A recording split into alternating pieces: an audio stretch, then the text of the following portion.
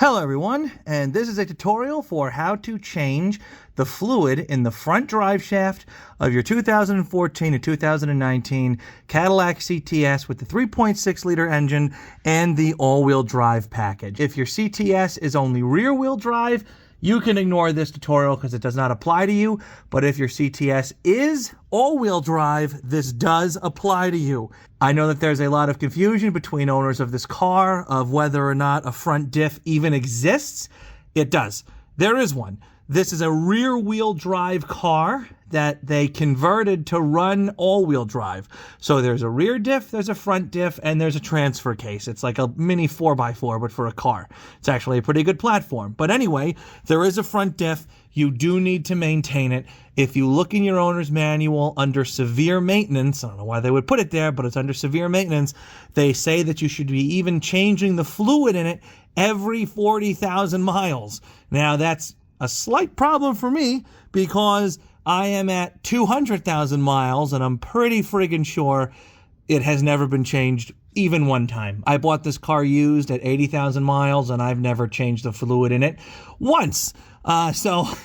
Nothing's really gone wrong, but it's one of those things where an ounce of prevention is worth a pound of cure. So I am going to go through it now and change the fluid. This here is the front diff itself. We are under the car right now. This is the passenger side front tire, and this is the drive shaft that comes back from the transfer case. This is the transfer case, and it comes forward here to the front diff.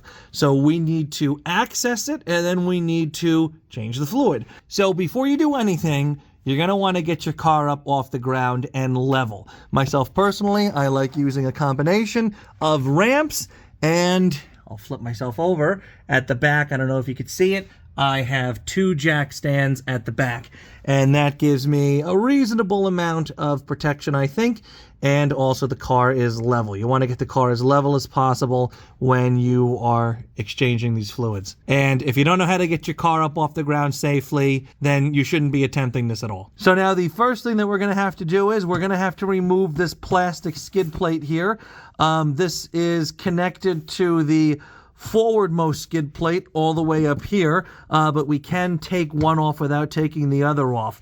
So the first thing that you're going to want to do is find all the bolts that hold just this back skid plate on, and all the places where it kind of tucks underneath the forwardmost skid plate. These are all 10mm bolts.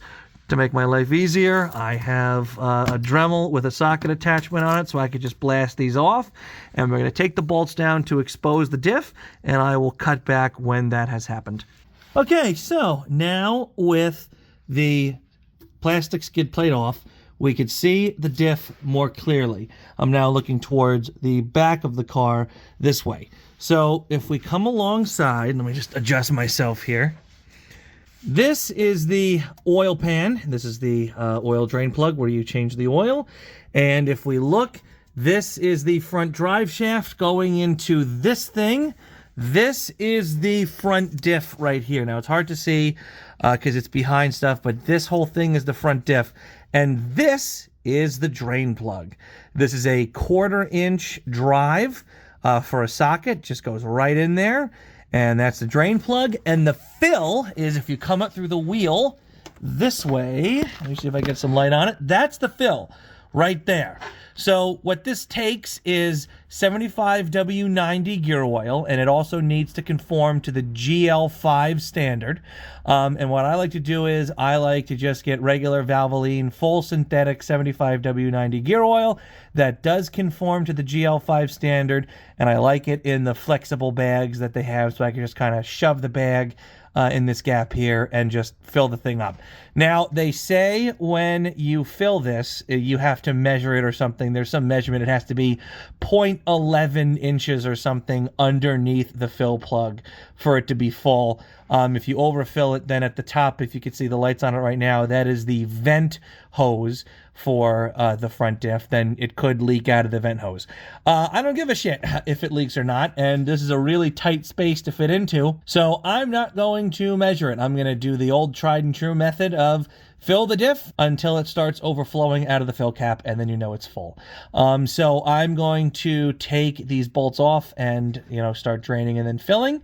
The first thing that I'm going to do, and what I would recommend you do as well, make sure you can get the fill cap off first.